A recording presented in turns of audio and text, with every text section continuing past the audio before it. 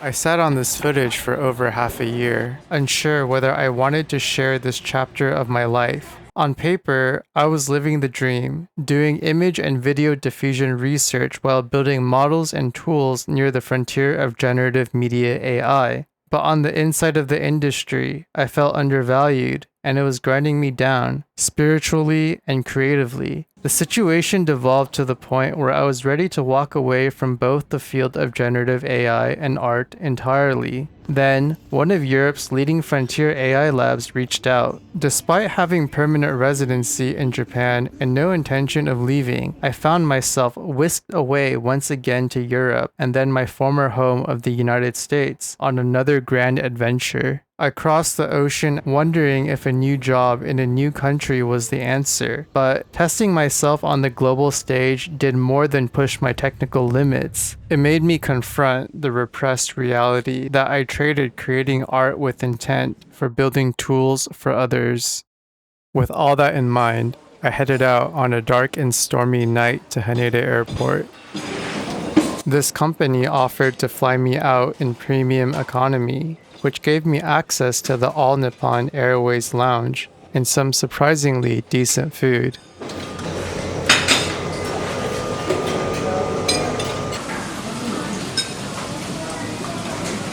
The chef's jambalaya was definitely the highlight here.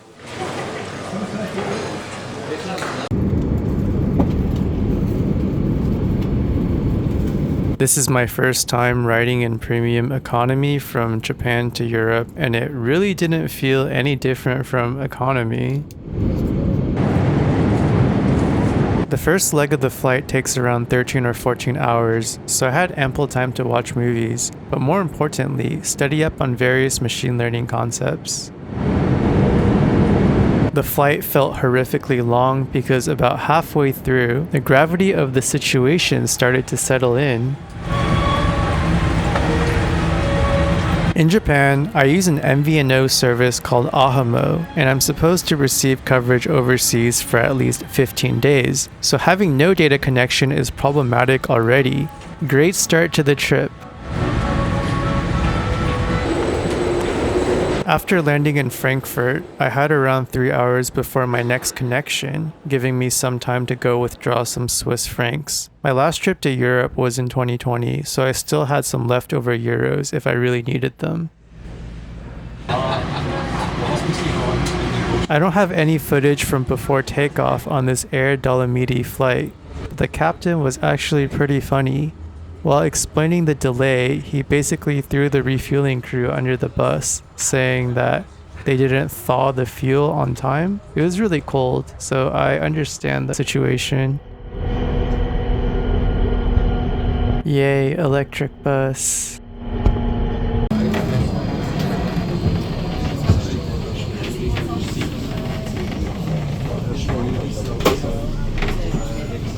Checked into the hotel for today.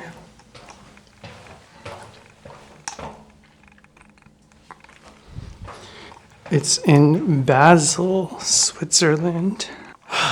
It's a nightmare. The train was packed and there are no luggage racks. Another cool thing about Basel is there's this thing called the Basel card. If you stay at accommodation in Basel, they give you free public transport, I think. So it's valid the days that you're staying here. But I'm going to eat first, chill out. It's been a long day. I'm still really mentally exhausted. Burger looks so sad. Alright, it's not that bad. I was sleeping pretty hard. But yeah, here we go. Every time I come to Europe, I really dread eating those charcuterie boards, so I'm relieved this hotel had other stuff besides that.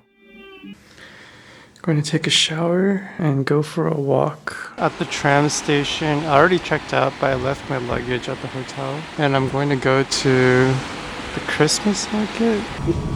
Basel is a unique city at the intersection of 3 countries overlooking the Rhine River, but it was also one of the centers of the Protestant Reformation, when religious reformers began challenging the authority of the Catholic Church in the 1500s.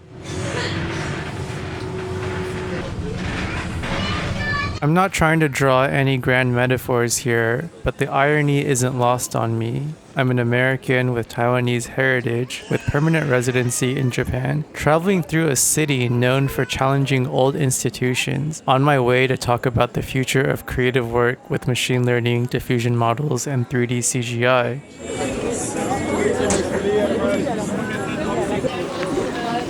It seems like the Basel Christmas markets are split into two.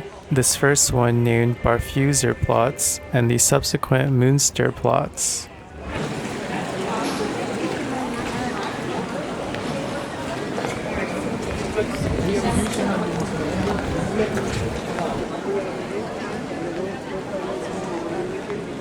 So this is Basel Munster. It's been here for about 1,000 years. However, the Christmas market outside feels priced for the next millennium. Seriously, the salmon place was 20 or 30 Swiss francs. I was a little restless about my imminent interview and kept thinking that I should probably be studying, but watching the Rhine in the rain somehow calms the nerves.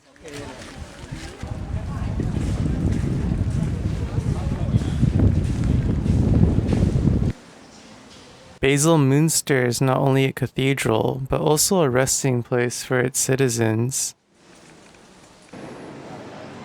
Among those buried here is Erasmus of Rotterdam, whose work helped inspire the Protestant Reformation, even though he remained Catholic his entire life. Interesting juxtaposition because I'm a CGI artist pushing forward the generative AI art space.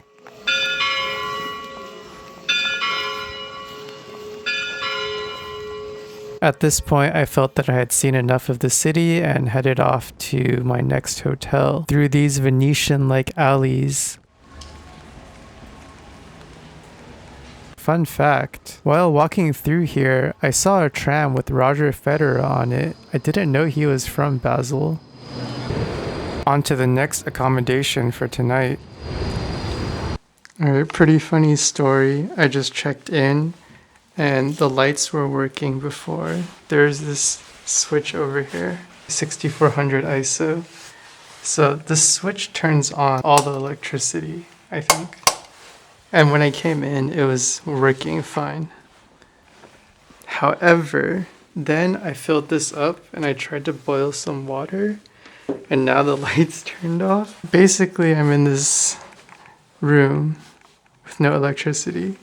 Okay, it was a mega plot twist. So what ended up happening was there's a young woman on the other room and she was using some kind of device. It looked like a fan or something, but it seemed like it overdid the wattage. I brought a roller with me, but this roller has backpack straps up here because in these old world cities, there's cobblestone and you might not want to roll over that all the time. So here, I usually don't like drinking whatever's in the, I almost said hospital, but hotel room. Good old Japanese tea. Alright, this is the office table. Unzipping everything. It's 4 degrees outside. Now I got my tea. At Frankfurt, there's some racism. Some of it being directed at others, some of it being directed towards myself. It kind of unsettled me for a little bit. While I was checking into this hotel, the group in front of me, I think they were French, they kept looking back at me and calling me a cosplayer. Empirically, I haven't seen Asian people here. I don't know why it's such a culture shock to me because I grew up in California. It's predominantly Caucasian people there as well, so this is like the most bread I ate in the entire day. What I'm going to do is going to hang up my clothes, take a shower, and study more or prep more for the interview. There's still a few things I want to go over, but yeah, we are on the 24 to 70. This is such a godsend lens, the 26. I got a lot of shots today because I had this. Oh yeah, also at Aldi, the market, It was really intense when I was trying to get bread. If you guys don't know, in Europe, there's a supermarket called Aldi. It's one of the big ones alongside Lidl, Lidl, and Carrefour, and there's some other ones that probably are like more known in your European country and less well known depending on your country. So this is the bread bag that it comes in. So everyone goes to the lower shelf and grabs this brown bag, and then everyone makes a beeline towards the bread they want. And it's just like very aggressive pastry posturing. People are trying to get their favorite carbohydrate meal. It was really odd just coming from Japan to see that. This is closer to America. I got this from Aldi along with other stuff. I'm going to eat this first. I thought it was a salad. It's actually a pasta salad. Bought other ingredients. This is the go-to poverty meal. One time, a friend and I were traveling in Florence. We didn't even have bread. We went to a Carrefour, just ate meat out of the containers. Laying in bed. I just came back from eating breakfast and it's about 8 a.m. The interview's at 9:30. So just going to chill out on this bed. The interview is over. Maybe I'll talk about what happened at the interview, depending on the results. It was a whole day kind of thing. Don't want to give too much of it away, but the sheer amount of technical know-how and expertise necessary for this interview it's not your standard one. So you got to be on top of your game. Been in Europe for about 3 or 4 days, and the laundry situation finally came upon me. So this is what it looks like right now.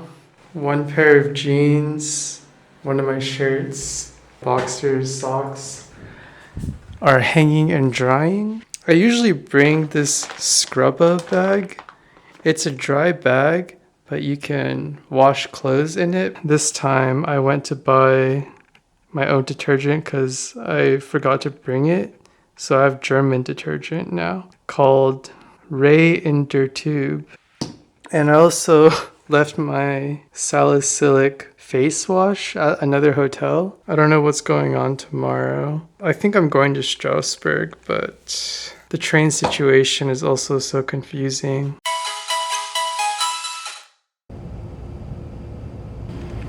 There are 2 ways to get to Strasbourg from Basel by train. Unfortunately, I missed the direct train, so I took this one with the connection at Offenburg. Stieg rechts. Gleis 5.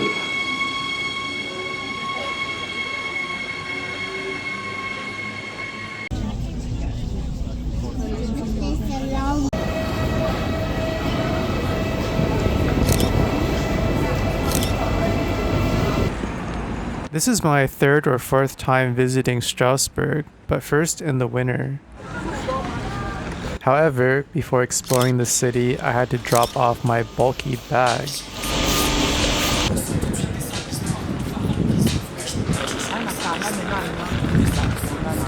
Even though the on-site interview was already over, I felt even more uneasy compared to the start of this sojourn. Surprisingly, it wasn't about whether I did well or not. What bothered me was realizing that the artist side of my background, the one thing that actually pushed me into generative AI in the first place, never came up at all. Wandering through this city that has changed hands between 2 countries multiple times really sharpened the dilemma. As I mentioned earlier, I started this journey because I felt undervalued, and after the interview, that same prickly feeling returned.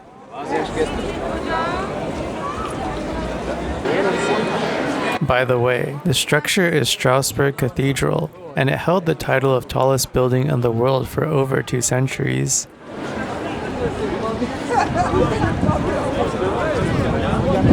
For some strange reason, I've seen merry-go-rounds 3 times in 3 days.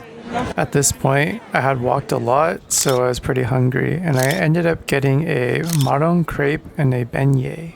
I also got this spätzle, which is basically the Alsatian version of macaroni and cheese.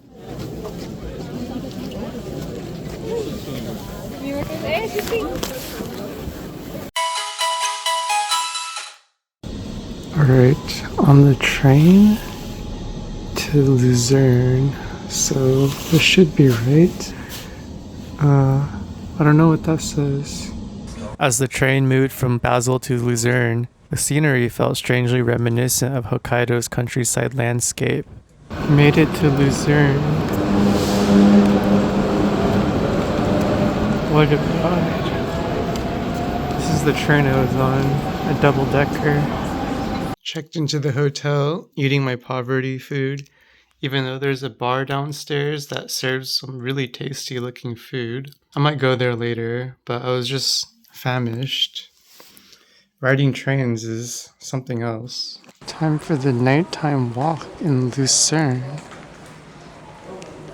And this is the hotel I'm staying at.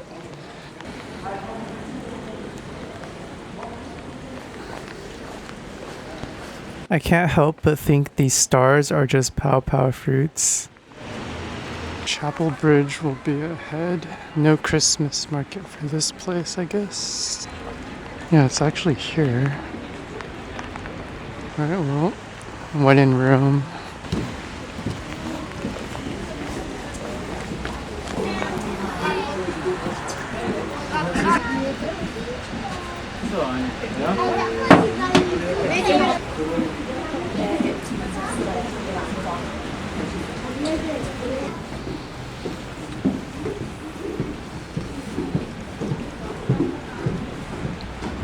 That hotel over there with the British sign is the hotel I'm staying at.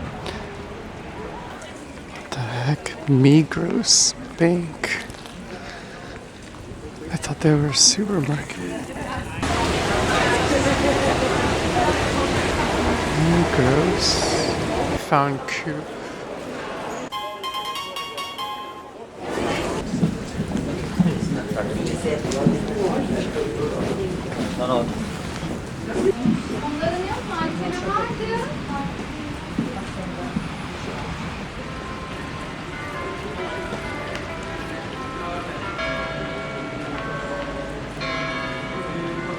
Anyway, this is the setup. There's 2 beds. I think I will sleep there. What's going on outside?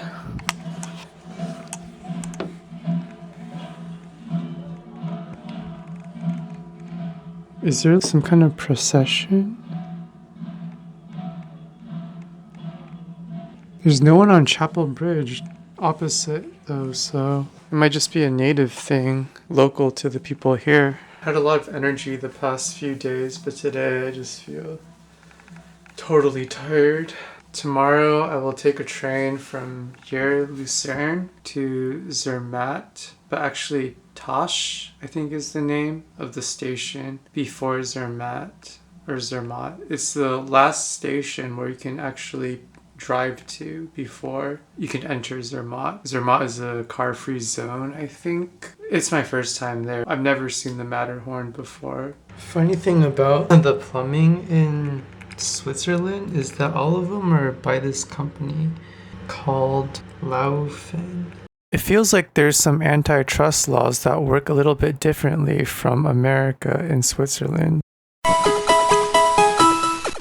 It's currently around 7:45, almost 8. And it's still dark outside. That's Chapel Bridge. I don't get it. How is it still so dark? I already ate breakfast too, which is just more poverty food and a salad. It's 7:56 a.m. now, and it's a little bit brighter, so I think I can go outside soon. Those snow-covered peaks.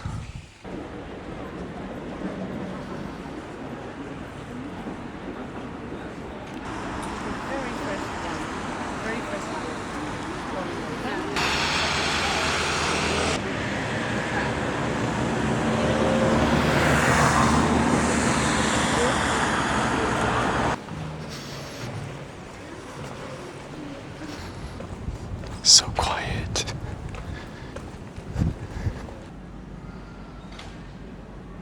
So these are some Attack on Titan walls. Let's see what's over there.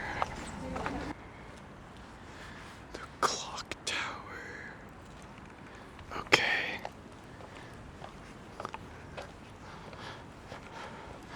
Yeah, I could have come here last night, but I chose not to.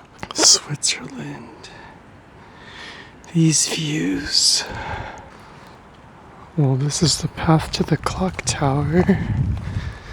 So ominous. Oh, it's closed. I think the walls are closed too, so... Yeah, I think it says it's from April 1st to November.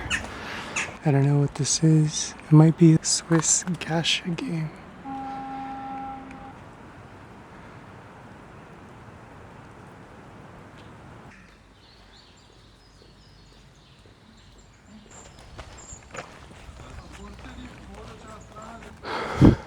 Is this a school or something? It might be a school. But then it's right next to these walls. What? That was the clock tower I went to. On the other side of the wall, but it was closed. Is there no way out? Locked door. I think there's no way out over there either. Yeah, I don't know what this is. Is it a school or something? Interim Musegg. I think this is a food truck. Maybe.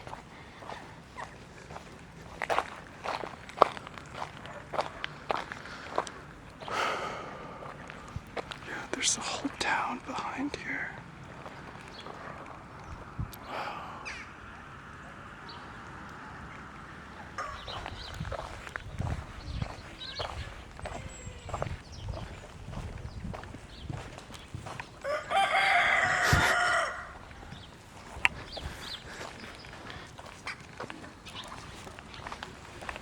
Is that Switzerland's flag?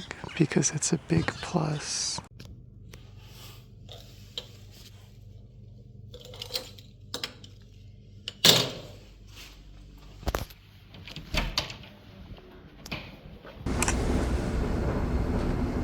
From Lucerne to Zermatt, you actually need to go through 2 train changes. And something interesting about Switzerland's SBB train changes is that they're often extremely swift. The train changeover takes about 6 or 7 minutes, and they give you a guide on the app, if you use it, of a map of how to walk around, following the most optimal route. I had to first transfer at Bern.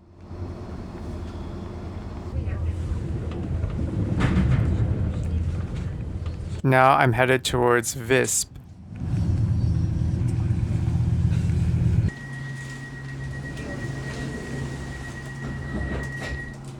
Lastly, this is a local train from Visp to Tasch.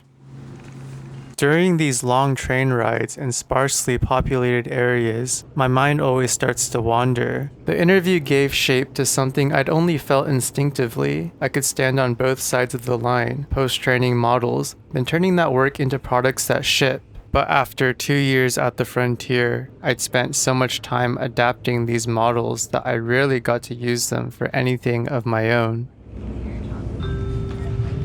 Nächster Halt, Stalden Saas. Next stop, Stalden Saas. On the other hand, as the mountainous scenery flashed by, I was imagining what a career stint in Europe would look like. Would I miss my life in Tokyo? Is it hard to learn these European languages? Would I get used to eating the cuisine? What about the relatively lower standard of life, and everything costing 3 or 4 times what it costs in Japan? Deep down, I started to dread what I had done. I had opened Pandora's box.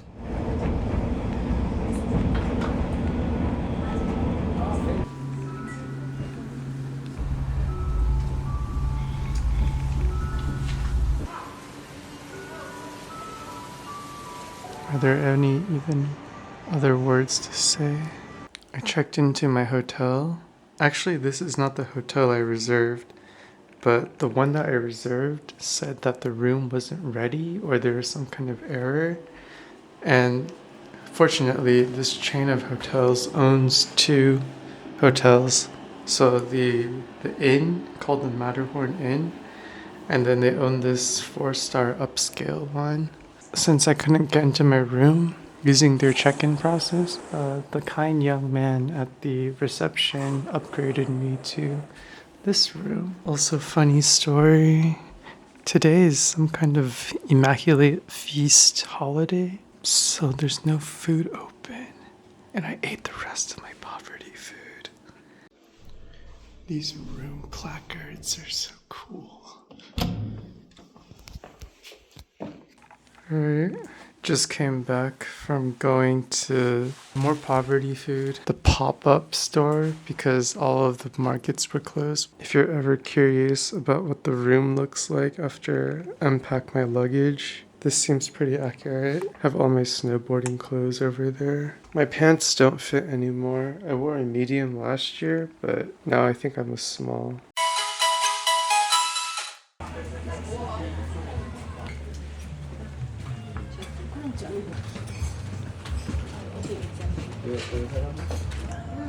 I wanted to make a reservation for a lesson yesterday, but I forgot and fell asleep when trying to book my return plane ticket. So I sent them an email and they responded to me and also called me the morning of. The lesson was at 10 a.m. and I barely made it to Zermatt at 9 a.m. After quickly getting fitted at Bayard Sport Zermatt for the rental gear, I sprinted over to Haneda funicular. I actually couldn't find the funicular entrance as I had to go under a bridge and then walk up a small ramp, but a kind older man stopped to direct me after witnessing my confusion. Also, funny story, the female ticketer asked me why I only wanted a ticket for the funicular and not a chairlift ticket, and I told her it was because I was a beginner snowboarder, and she didn't seem to believe me.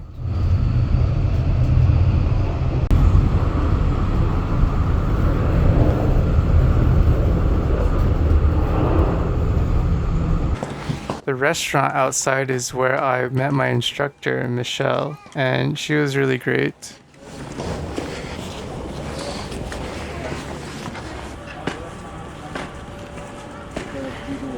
Here's some footage that Michelle took of me as I put together my first linked turns.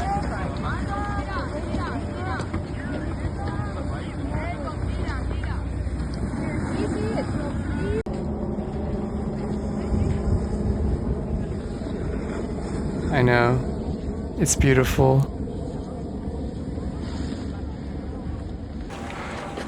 So this is Woolley Park, and this is where I had my lesson. But this is the Matterhorn. Wow. This is how you get back. After descending the mountain and returning my rental gear, I got lost trying to find the Coop supermarket, later discovering that it was actually in the same building as the rental store. This is the next shuttle. It takes me to a hotel. I was going to stay here and eat, but I just bought food again. Kind of chill.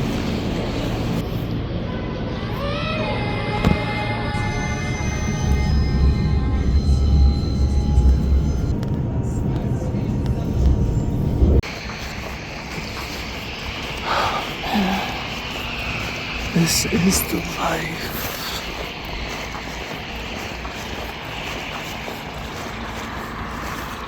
This is architecture. So brutalist.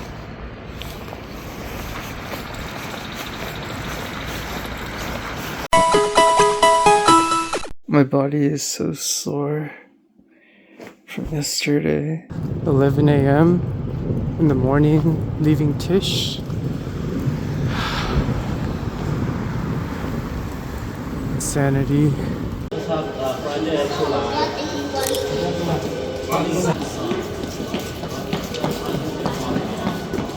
Finally checked out, and it's a little past 11:10. The train's at 11:21.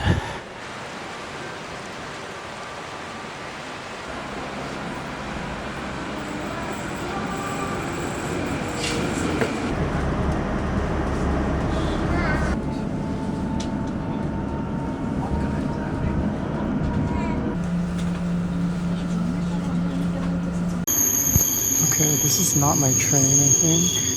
It's going to Brig.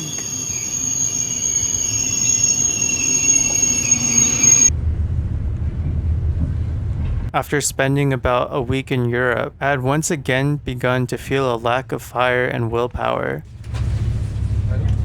Life felt so simple. I could feel the stress melting off my body, which dulled my ambition. Every day here didn't feel rushed at all. And even though the train transfers were tight windows of time, it still felt too relaxed. This was such a cinematic shot. I was in awe. For the record, this is a place called Lausanne on Lake Geneva. It's oddly reminiscent of Lake Toya in Hokkaido. As the journey was coming to the penultimate day near Geneva station, I felt a sense of relief. For the past 10 days, I'd felt like a fish out of water, and by the end, I realized I was ready to go back. Europe is beautiful, and I'm glad I had the chance to visit again. About 7 years ago, I had an opportunity to stay, but chose not to. This trip was a chance to step outside my own isolated life for a while and get some fresh perspective. Before arriving at Geneva Airport Station, I saw on Google Maps that there were no good food options near the hotel I booked, so Migros it is again. The hotel could provide an unlimited bus pass, but I was about done for the day. Alright, checked into my hotel, Nash Suites, or Nash Airport Hotel. Super nice. Yeah. There's a sauna and fitness center. Not sure if I want to get a workout in. I couldn't find the arrival hall for so long. And Migros, the grocery store, is at the very end, like of the train station. It's really complicated. I ended up going in the sauna and slept really well afterwards. By the way, you all are probably wondering how the story ends. Fun fact, it's also my birthday today. Out of the blue came the organization's response in the form of an email. Skimming through it quickly, I was stunned. I read it twice just to be sure, then a third time.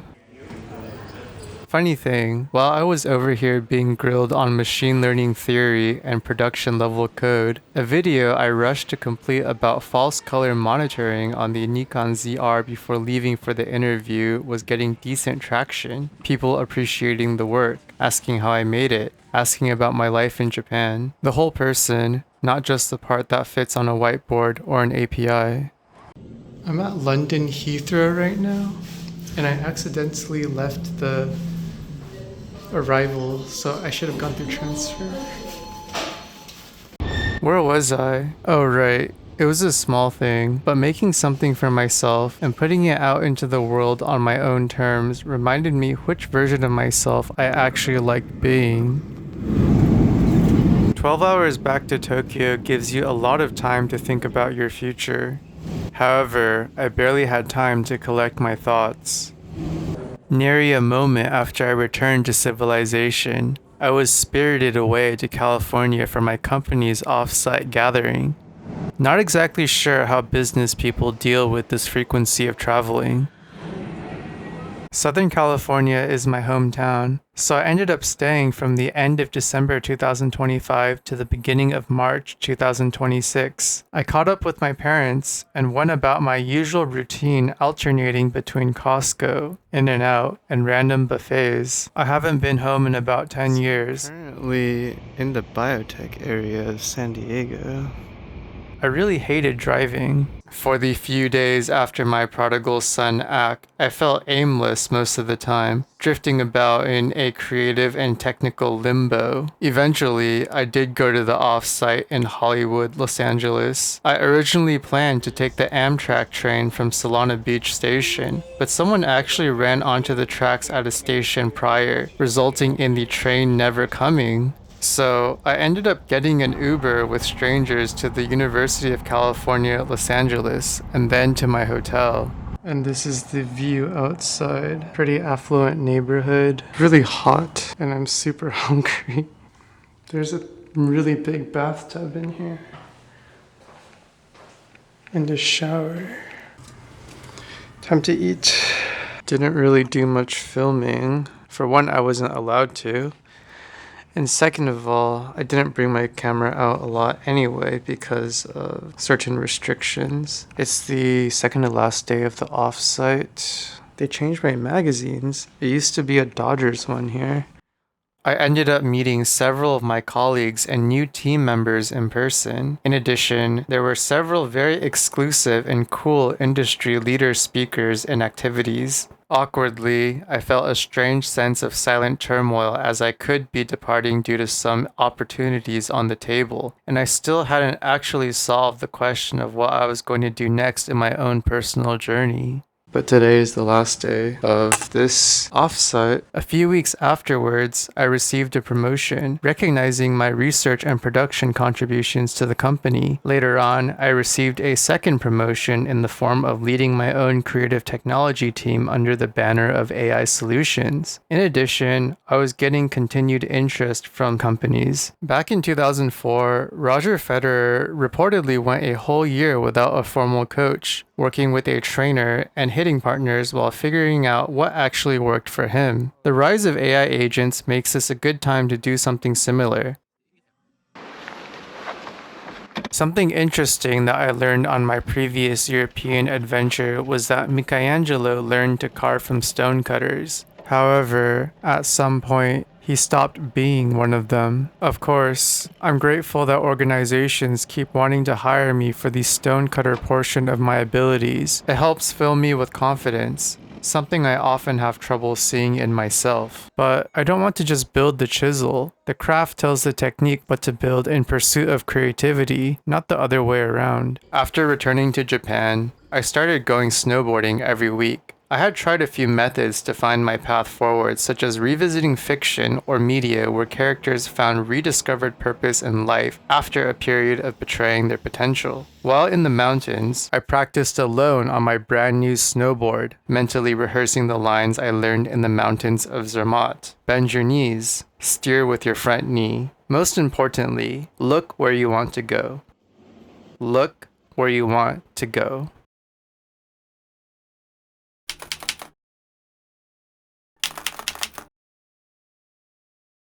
The inner turmoil I've felt ever since working in the generative AI media space is that I've never been able to separate the artist from the engineer. In fact, I think they're two sides of the same coin. Most roles ask me to specialize in one or to occupy a thin, boxed-in intersection between the two. I'm constantly rewarded for becoming more specialized, while the parts that actually matter and that I wish could be included remain outside the tasks assigned to me. There's a beautiful dysthymic manga named Houseki no Kuni, in which its main character, Phosphophilite, literally loses pieces of themselves over the course of trying to become useful, eventually becoming unrecognizable. My life is not that Faustian, but I started to fear the parallel that if I kept accepting whatever shape the work required of me, I might eventually look in the mirror and no longer recognize what remained. The brutal reality of the generative AI space right now is its sheer velocity. Every day brings another model, paper, workflow, or capability to understand. I found myself spending nearly every waking minute scrambling, simply to keep up with the daily avalanche of breakthroughs at the frontier, and it never felt as though opting out were really possible. In both art and engineering, ignoring what was happening seemed increasingly indistinguishable from rapidly falling behind. Subconsciously, that fear and relentless scramble were already doing chronic physical damage to my body. My weight ballooned to nearly 88 kilograms at the end of 2024, a personal high since moving to Japan. For the first time in my life, my health was at serious risk. And you know what they say, health is wealth. Fortunately, I've been emaciated and borderline obese throughout several phases of my life, and this time was once again no different. Over the course of about a year, I lost roughly 24 kilograms, putting me at a healthy weight of around 63 kilograms by early June of this year. As the physical weight came off, some of the heaviness attached to my work and identity loosened as well. It reminded me that circumstances, even the feeling of being hopelessly trapped, are transient. Although I didn't end up with a physique worth writing home about, that was never the objective. Through hard work and discipline, I anchored one portion of my life while my career continued accelerating in another direction. More responsibility, more opportunities, and less time for actual personal art and experimentation. Even when creating professionally, much of that work could never truly belong to my public life. The things I built for employers or freelance clients were often confidential, unreleased, or simply not mine to share. I thought AI was supposed to democratize this. Maybe that's why a manga I had read years ago suddenly kept resurfacing in my mind after everything Foss gained, lost, and became. They finally understood that none of it would have ever satisfied them. They had spent so long trying to become useful, loved, and complete that they had barely stopped to ask what they actually wanted. That felt dangerously close to where I had been last year, as if the right title or role might finally reconcile every part of me. I'm unsure whether the answer is a new role, a different structure, or simply a more transactional relationship to the work. I only feel that I want to leave enough of myself outside of work to keep creating through YouTube, a webcomic, or whatever form that part of me eventually takes. To share something with everyone, something that does not disappear into a company's server, an internal archive, or someone else's ownership. Maybe then I could live a little more freely, perhaps a little more lightly.